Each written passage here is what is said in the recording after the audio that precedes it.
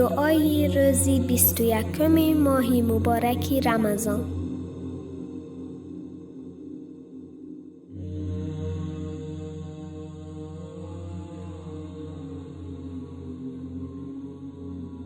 بسم الله الرحمن الرحيم.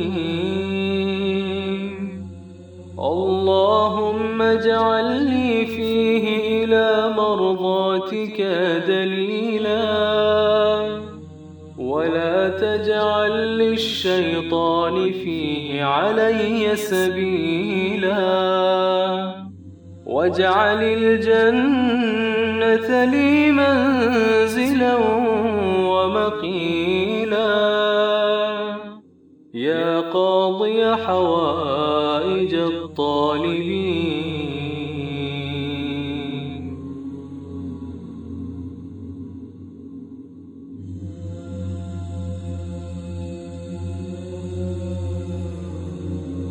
ای خدای مهربان، در این روز مرا به خوشنودی‌هایت راهنمایی کن و شیطان را از من دور کن و بهشت را خانه و آسایشگاه ما قرار بده. ای حاجت براری بندگان.